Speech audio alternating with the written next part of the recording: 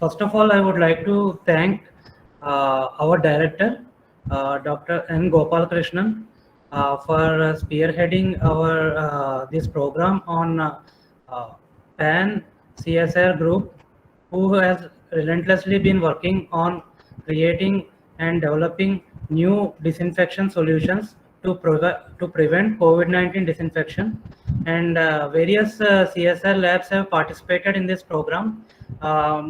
Mainly CSR CBRI, CSR CSIO, similarly IIP Dehradun, IMTech Chandigarh, and CFTRI.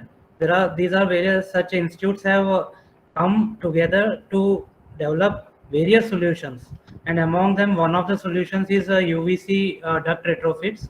In fact, we have been discussing from yesterday on various disinfection solutions for COVID-19. So today we are going to discuss on one of the disinfection solution, that is a UVC duct retrofit, which has been widely accepted by various uh, parts of the country. Our group is being advised and also mentored by Dr. Ashok Kumar. So he is also the principal investigator for this project for creating new solutions for virus-free environment inside the buildings, and we are also part of creating guidelines for preventing virus-free buildings. So I'm going to start my presentation today. Uh, Contents of my presentation: first I will be discussing on HVAC system and its design, then HVAC and ducting test facility we have developed at CBRI, then UVC duct retrofit case study. First we have done such a retrofitting in CSR headquarters, so we will be very briefly discussing on the work we have carried out in CSR headquarters regarding duct retrofitting. Then we have also done various case studies in other buildings of CSR and other governmental institutions and also in Parliament. So we will be discussing very briefly on those as well. Finally, I will be covering the costing analysis. First, it is HVAC system and its design. If we look at a HVAC system, it mainly consists of two parts. One is air handling unit and other is the ducting part. So in air handling unit, we have basically air handling unit is the main part in order to condition the air. It consists of many parts like multi-leaf dampers, filters, fans, sound attenuators, heat exchangers, evaporators and condensers, humidifiers and controls. So basically these all these parts, they form the part of the air handling unit, and this provides us the conditioned air, and this air is delivered into the building through various ducts. And in order to deliver the air into the building, we use what is called as ducts. So in these ducts we are actually going to do the retrofits of UVC lights. So this is a typical air handling unit. It consists, as I have discussed, many parts, but what we are going to be concerned about is how we are going to integrate a UVC system inside either air handling unit or inside the duct. So this air handling unit has mainly few parts. One is the intake air, where the air will enter into the air handling unit, and the other is supply air, where after the air gets conditioned. Means conditioning means it has to supply air at a required temperature and required humidity. So after the air gets conditioned, it will be delivered to supply air. So now after this air enters into the building, then again air has to be taken back for recirculation. Then it enters into the return air or return relief air, in which part of the air will be given into exhaust air and part of the air will be again recirculated. So why we need to recirculate the air? Because if we are not recirculating the air, and if you are taking the entire air from the outside, what happens is the actually recirculated air is a conditioned air. So for example, if we have reduced the temperature from ambient temperature of 40 to around 25 degrees centigrade, now if we are completely taking the outside air, what happens is again we have to take the entire air from 40 to 25 degrees centigrade.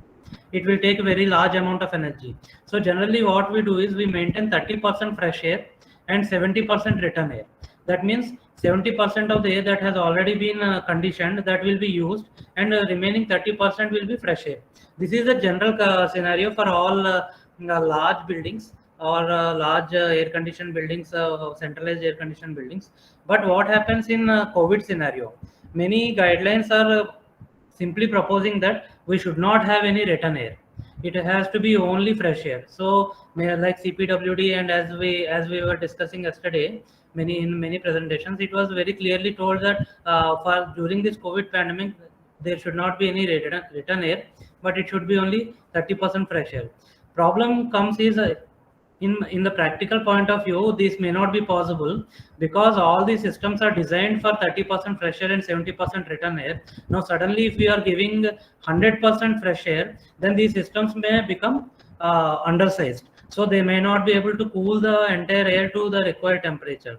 So this is the problem right now being faced by many air conditioning industries, and also many ducting industries, who are now facing problem to meet up with the guidelines. So in fact, CBRI has come up with simple guidelines in which still we can use 30% fresh air, 70% return air, or some increased amount of fresh air. But by implementing UV solutions, we can still maintain the same ratios, but at the same time, we have to implement a proper designed UV solutions. So this is another concept in which if it is not possible to take 100% fresh air, we can use a mechanical ventilation and heat recovery system. This is simply called as MVHR unit, in which actually the heat that is being the outside air that is being taken. For example, this is the outside fresh supply air. This will be completely preheated fresh air supply, and the warm inside air that might be given to outside air. So there will be a heat exchanger unit in which, while the inside air is going away, 100% fresh air comes, but it transfers its energy from inside air to the outside fresh air. So this heat recovery unit, this is also one other possibility. Either we have to use the MVHR unit, or we have to design our system such a way that it meets the required guidelines for COVID-19 pandemic. So now moving, we are also going to design what are the ducting design principles for ductings, because as you know, not only the air handling unit, but the ducting design is also important, because it plays a major important role in delivering the air throughout the buildings. So general rules of duct design are air should be conveyed as directly as possible to save space, power, and material. So we have to try to minimize the number of branches inside the ducts, so that there will not be any pressure drop. Sudden changes in direction should be avoided. When not possible to avoid sudden changes, turning blades should be used to reduce pressure loss. Means like if there is a sudden bend section, we have to gradually do the bend, so that there can be a gradual change of direction in the air. Similarly, diverging sections also should be gradual. Angle of divergence should be as small as possible, less than 20%. Aspect ratios of the duct means like it should be nearly square, so that the pressure drop can be minimized. But it should not, aspect ratio should not be greater than 4. Similarly, ducting material also, inside material of the duct should be smooth, so that there will not be any friction drop. And air velocities also should be within the permissible limits. For example, if you are looking at residences, the air velocities typically inside the duct are 3 to 5 meters per second. In theaters, we have little more, 4 to 6.5 meters per second, and restaurants 7.5 to 10 meters per second. So, for example, in some other ducts, like in ships and aircrafts, we can go even up to 30 meters per second, but those are not for buildings. So we can classify the ducts into 3 types: low pressure systems, medium pressure systems, and high pressure systems. If the velocity inside the duct is less than 10 meters per second, these are called as low pressure systems. And generally for buildings, we use low pressure system ducts. We can also, as you might have seen, there are various types of duct designs also inside the buildings, where air conditioned air is delivered. So we can classify them as extended plenum systems. So this is, for example, an example of an extended plenum system in which equipment is the air handling unit is centrally located, and there is another extended plenum system in which the air handling unit is located in one side. We can also have reduced trunk duct system. For example, something like this. Here, the size of the cross-sectional duct size will be gradually be reducing, and there are also radial systems. Like, for example, this is a spiral duct system. This is a radial duct system, and this is a perimetric loop system in which air handling unit will be located at the center, and there will be multiple number of ducts that will be outletted from the centralized air handling unit. These are the three types of duct configurations we generally come up. So these are some terminologies in ducts, like what is called as duct run. Generally from here we see whenever there is a duct, these 1, 2, 3, 4, 5 numbers are called as zones. Means, like, for example, you can also treat them as rooms inside a building. So from the fan to the zone or a room, it is called as duct run. There will be many duct runs, but there will be only one index run. This index run is called that is the run from which has the highest pressure drop. And we also have airflow rate, which is determined by the number of air changes per hour, and we also have length of the duct in order to calculate, because building layout and the location, the supply fan, all will depend upon this building layout and length of the duct. Now, coming to air changes per hour. In yesterday's presentations, we have learned what is air changes per hour and how many air changes per hour we have to meet regarding COVID-19 scenario. So these are the various types of spaces inside the buildings or in the different types of buildings. And recommended NBC standards, these are air changes per hour. But in the COVID-19 scenario, we have come up with a new standards. So these are increased air changes per hour. So now we have to design our system for this COVID-19 scenario. Similarly, what should be the duct velocities? Because why I am going for this duct design and duct velocities is because the UVC retrofits, these retrofits and the system design of a UVC retrofit depends upon the duct velocities, and also duct shapes and duct designs and types of duct configurations also. So that is why I'm trying to explain what are these different types. So here, if we look at different types of buildings and spaces, so for example, private offices, we generally have duct velocities up to 6 meters per second. Conference rooms, libraries, similarly. Theaters and auditoriums, where there are large spaces, there is still little lesser. And but in cafeterias, because there is a different types of vapors being released, so generally we have a little higher air velocity, so that there will be more number of air changes per hour. And offices also. So duct design, there are generally three types of duct design methods. So one is called equal velocity method, equal static friction method, and static regain method. I'm going to discuss only equal velocity method because this is the most widely implemented method for duct design. In equal velocity method, first we have to select a suitable velocity for main duct and branch ducts. So this depends upon, for example, what is our application. For example, if it is a private offices, the delivery velocity should not be more than 6 meters per second. So first we will come up with where we are going to actually implement this duct. So depending upon that, we are going to fix the velocities. Then we will calculate what is the cross section area. That is duct area can be calculated by flow rate by duct flow velocity. In fact, I will come up with an example to explain you how we are going to demonstrate this equal velocity method.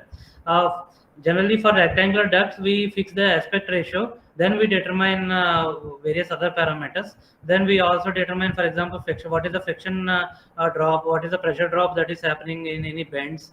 What is the dynamic pressure drop at bends and fittings? Selected, then depending upon the total required CFM, that is airflow rate, and also what is the static pressure drop, then we'll select a suitable fan which can meet these requirements. Then we also have to finally do the damper balancing at the outlets of the ducts, so that equal velocity and equal airflow rate comes inside the room, and a damper in the index run is almost always left completely open. So these are some principles for equal velocity method. This is, for example, a typical duct. this is an extended Planum system.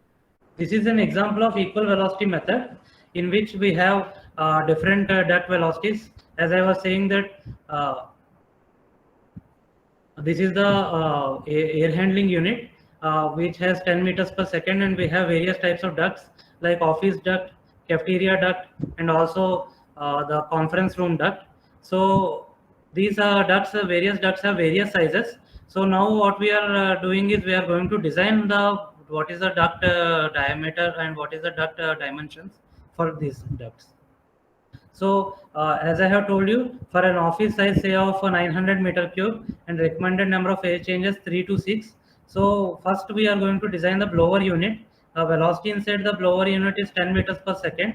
So the dimensions will be approximately 1 foot by 1 foot, because velocity inside the blower is 10 meters per second. So we have to determine what will be the area of the main duct that we can get from flow rate divided by velocity inside the main duct. We have maintained the flow rate at 3600 meter cube per hour, and similarly the velocity inside the air handling unit is 10 meters per second. So from that we can get that area will be around 0.1 meter square. So the dimensions can be 1 foot by 1 foot. Similarly for Planum, we have velocity inside the Planum is 8 meters per second. So for that we get a area duct area of 0.125 meters square. So dimensions will be 1 foot by 1.4 foot. Similarly, we say with the same formula we can also calculate what is the dimensions for office duct. Also, it will be approximately 1 foot by 0.9 foot, and for cafeteria duct we get it around 1 foot by 0.6 foot. So this is how we generally design the system. For airflow velocities, this is the general duct velocity. As you can see, once the air velocity is 8 meters per second in the Planum, the branch gets reduced in the cross section area, and after that at the various outlets, that is, for example, if it is say office, we have to install what these are called as volume control dampers. So these volume control dampers are finally adjusted to get the required velocity. So we can actually vary the openings of this volume control dampers. That is, these dampers can be adjusted in order to vary the velocity, and we will finally adjust them to get the required velocity.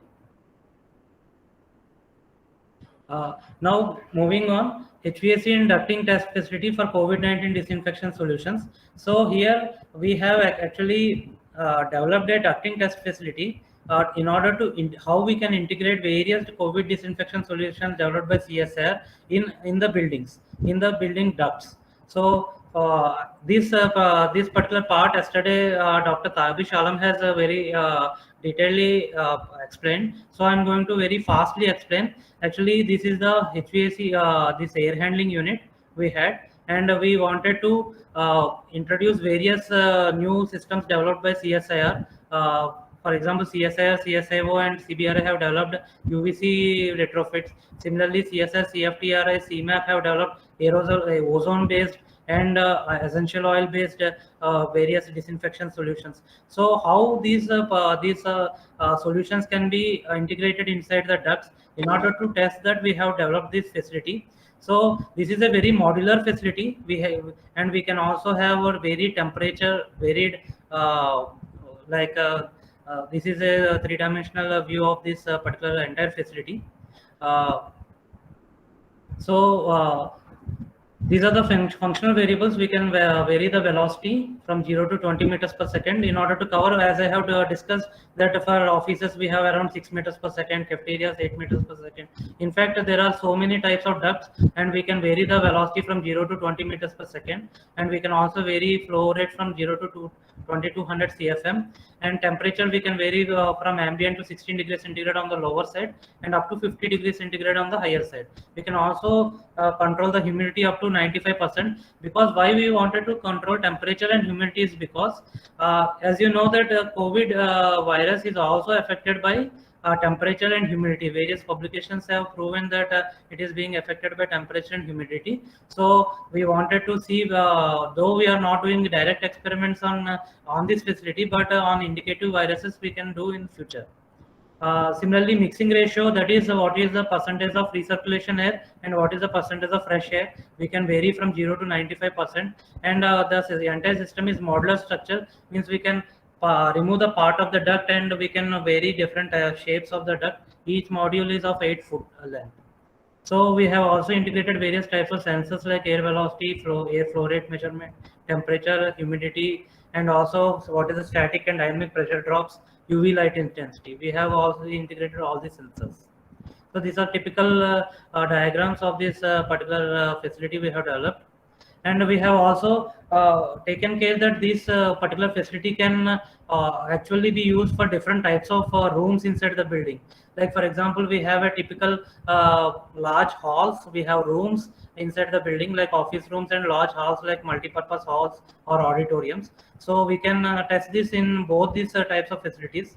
For example, here in the hall, we can close this, we can close these dampers, and actually we can close these dampers so that air will not be delivered into the room, and we can actually test it inside the hall, how the air moves inside the hall.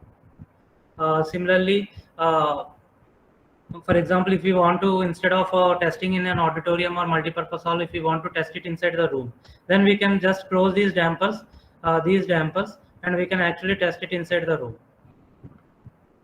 So now we have actually integrated the UVC disinfection systems inside these ducts. So now comes the part of UVC, how we are going to integrate the UVC. So in order to integrate the UVC system, first we have to know what is the UVC light intensity that has to be inside the duct, and what is the residence time that we have to maintain so that the air can be exposed to the required UVC doses. So the question comes, yesterday it was very clearly explained on how we are going to actually increase the residence time and how we are going to actually increase the UVC intensity. Various experiments have been done. So dosage, that is the required dosage, is a function of both UVC intensity and the residence time. So UVC intensity we can increase by increasing either the number of lamps or length of exposure or lamp wattage. Similarly, residence time we have to, the difficult part is increasing the residence time, because if we can increase the residence time, then actually we can reduce the lamp wattage and thus the energy consumption of the overall system. So we are actually working on how we can increase the residence time. Yesterday there was a very detailed presentation on how we are used various types of systems in order to increase the residence time. That is how much time the air is getting exposed to the UV light. These are certain calculations on how we are going to calculate the total number of UV lamps required for a given duct size, for a given airflow velocity. Yesterday, I think this discussion was detailedly presented, but for a very brief calculation, I am going to present. For example, we can use your Philips TUV 8-watt lamp. This Philips lamp, it is actually a 254 nm lamp, so which is very effective to reduce the SARS-CoV-2 virus. So that will be giving it around 21 microwatt per centimeter square. And you know that light will be light intensity will be varying proportional to 1 by d square, that where d is the distance from the light source. Similarly, intensity was, from this formula we can calculate what is the intensity of light at a 2-foot distance. So from that we can calculate what is the total. In a way, we can actually calculate what is the total intensity around the cross section of the duct, so that from that, and also we know what is the air velocity, from that we can calculate what is the total amount of residence time. From both residence time and also the UVC light intensity, we can calculate the total number of total required UVC light intensity, and from that we will calculate for the given area and for the given intensity what will be the total number of lamps. That is, for this calculation we are getting around 11 lamps. So now again, there are two possibilities of inserting the UVC light inside the duct. One is by inserting it along parallelly along the light direction, along the flow direction, and other is inserting the lights perpendicular to the flow direction. So this is airflow direction, and here actually lights are inserted parallel, and the other case is the airflow direction is actually light is inserted perpendicular. So there are advantages and disadvantages of the both the systems, but we have found that for parallel systems we have certain advantages, like installation is easier, and also total installation cost as well as maintenance is also easier. Because we can actually make a sliding type mechanism. There is different advantages and disadvantages. Like we have a non-uniform light intensity, that is the major disadvantage that we have to cover inside this by actually inserting a UV reflector sheet inside the duct, so that the light intensity can be made more uniform. Next is placement of UVC lamps. Uh, So finally, we are going to discuss on the certain case studies what we have implemented. In detail, I am going to discuss what is the case study on CSR headquarters where we have implemented. While we are implementing, we have also observed certain uh, important observations, which also I would like to point out here, because not only simply installing the UVC light is going to take care of uh, is going to take care of killing the bacteria or virus, but actually we have to also take certain other measures, like how we are going to insert the HVAC system, how we are going to supply, how the supply air and return air are going to be mixed, whether there is any mixing. These things we have to take care. So first, at the first step before retrofitting will be, first we have to observe what is the air conditioning layout inside that building, what is the ducting layout inside that building. For example, this is a typical plan view of a CSR headquarters auditorium, in which we have actually retrofitted the UVC duct system.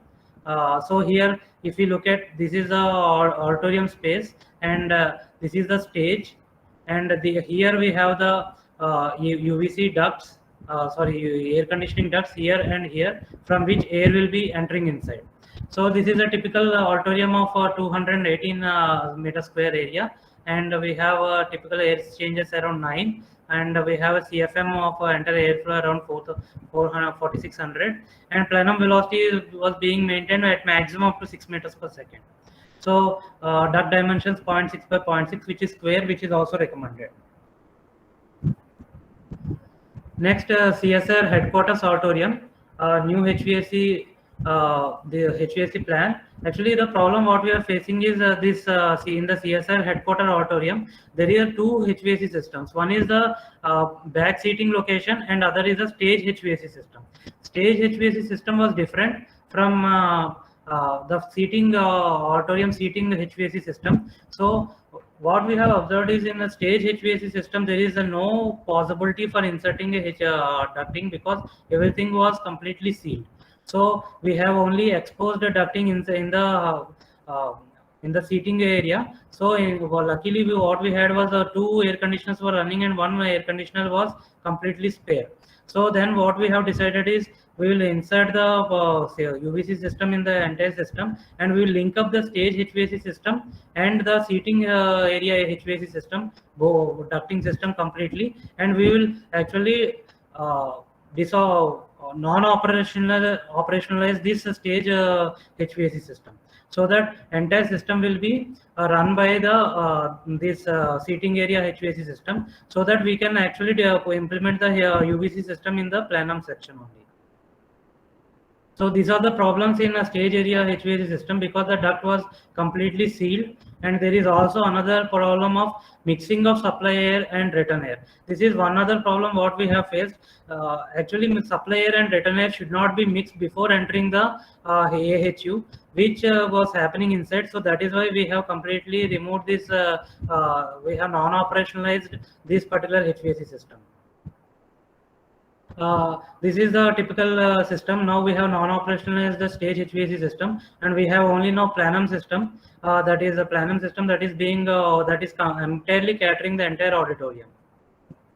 So we have identified 3 locations in which we can actually implement this HVAC system, UVC retrofitted system. So these are the dimensions of the UVC system, and these are the duct integrated UVC mounted systems, which can be simply fitted inside the ducts. So the three such systems are implemented here.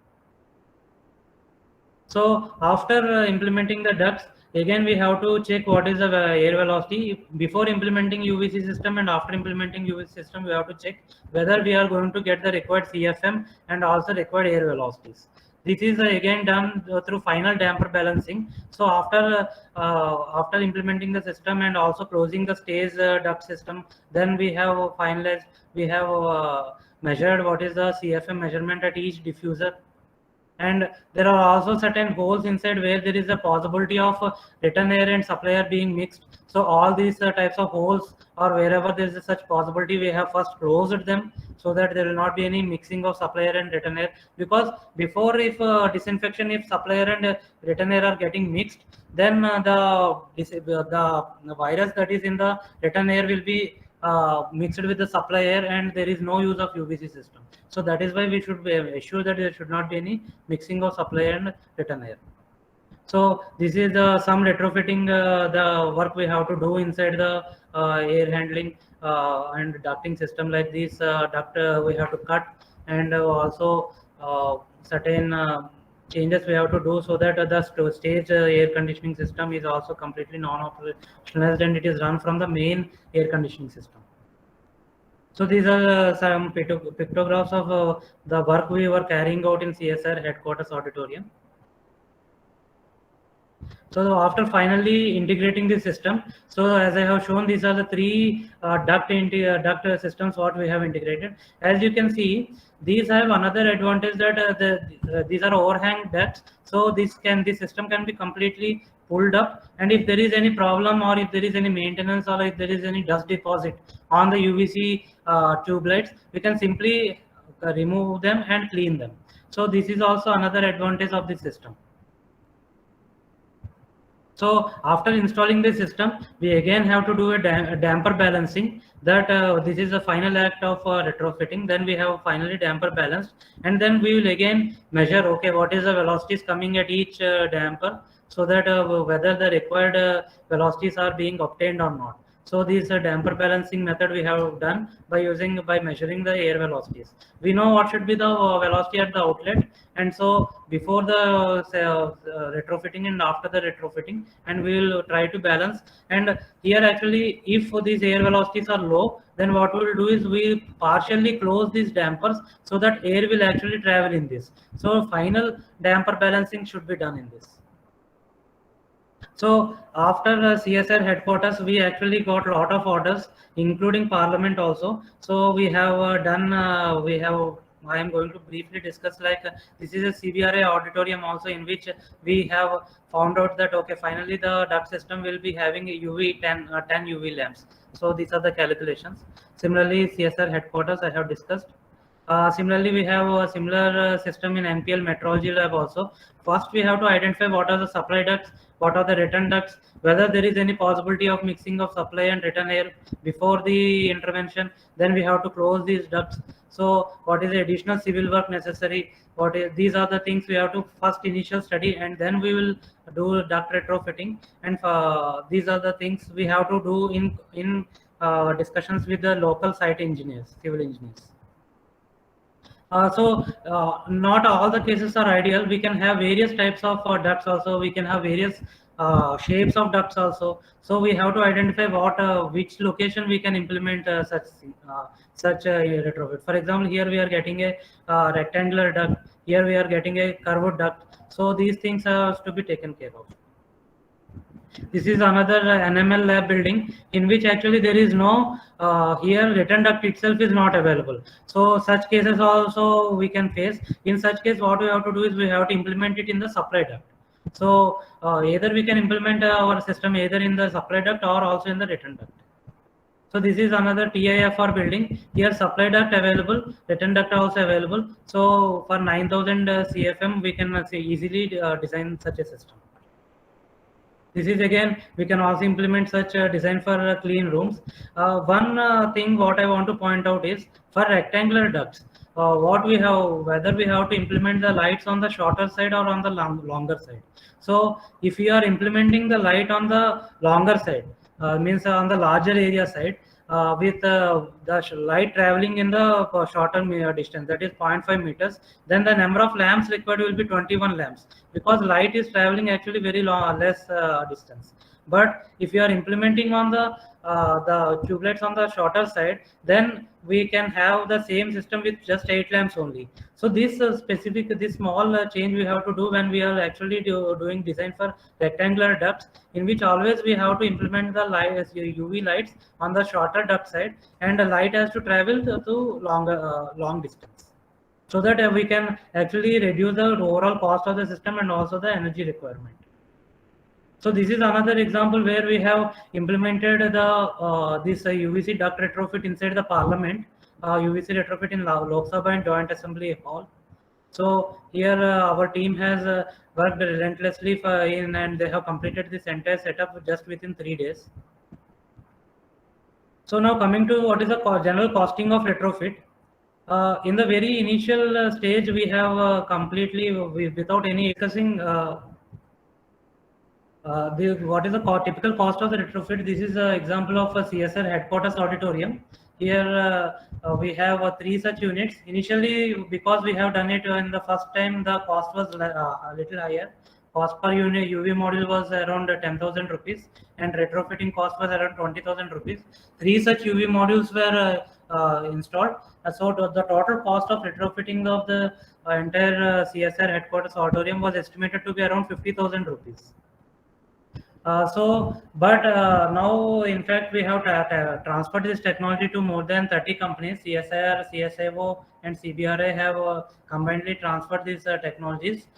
So they, from their estimates and also our own experience, we have calculated that, for example, in a mall of 1,000 meter square area, that is including G+3 type of mall with 9 air changes, the total unit cost will be 7,000 rupees, and in addition there will be retrofitting cost also, and the operational cost will be around 300 rupees per month. So this will be the electrical cost. Similarly, for example, in a office building of say 2,000 meter square area, similarly the unit cost will be around 4,800 rupees and an operation cost of 175 rupees per month.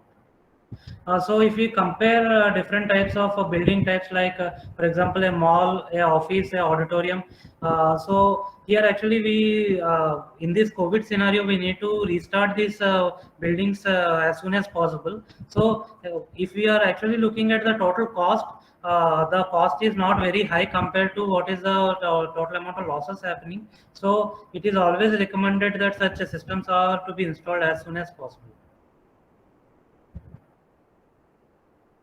Thank you.